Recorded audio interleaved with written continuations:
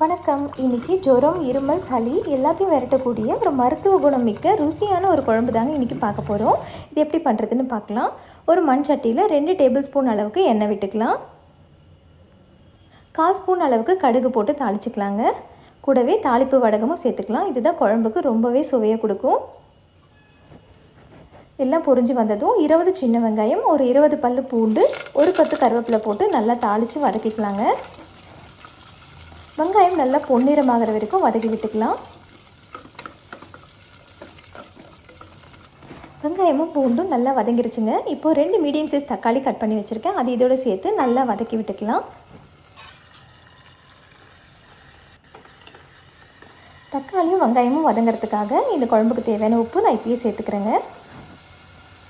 அப்போ தான் தக்காளி நல்லா வதங்கி வரும். இப்போ பாருங்கள், வெங்காயம் தக்காளியும் நல்லா வதங்கிருச்சு. இப்போ குழம்புக்கு தேவையான மசாலாலாம் சேர்த்துக்கலாம்.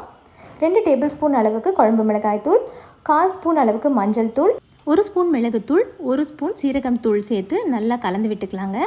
இந்த வெங்காயம் தக்காளியோட இந்த மசாலா எல்லாமே நல்லா கலந்து எண்ணெய் நல்லா மேலே பிரிஞ்சு வருங்க. அந்த அளவுக்கு இதை கலந்து விட்டுக்கலாம். இப்போ நல்லா கலந்து விட்டாச்சு.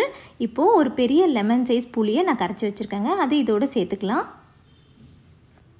நிறைய தண்ணி விட்டு ரொம்ப நேரம் இது கொதிக்கணும்னு அவசியம் இல்லைங்க. திட்டமான தண்ணி சேர்த்து இது ஒரு 5 நிமிஷம் கொதிக்க வச்சாலே போதும். பூண்டு, சின்ன வெங்காயம்லாம் ஹார்ட்டுக்கு ரொம்பவே நல்லதுங்க. இதில் மிளகுத்தூள், சீரகம் தூள்லாம் சேர்த்துருக்கனால இதில் சளி பிடிச்ச குழந்தைங்களுக்கு, பெரியவங்க எல்லாருமே சாப்பிடலாம். ஒரு 5 நிமிஷம் இதை மூடி வச்சு கொதிக்க வச்சாலே போதுங்க. பாருங்கள், எண்ணெய் நல்லா மிதந்து வந்துருச்சு.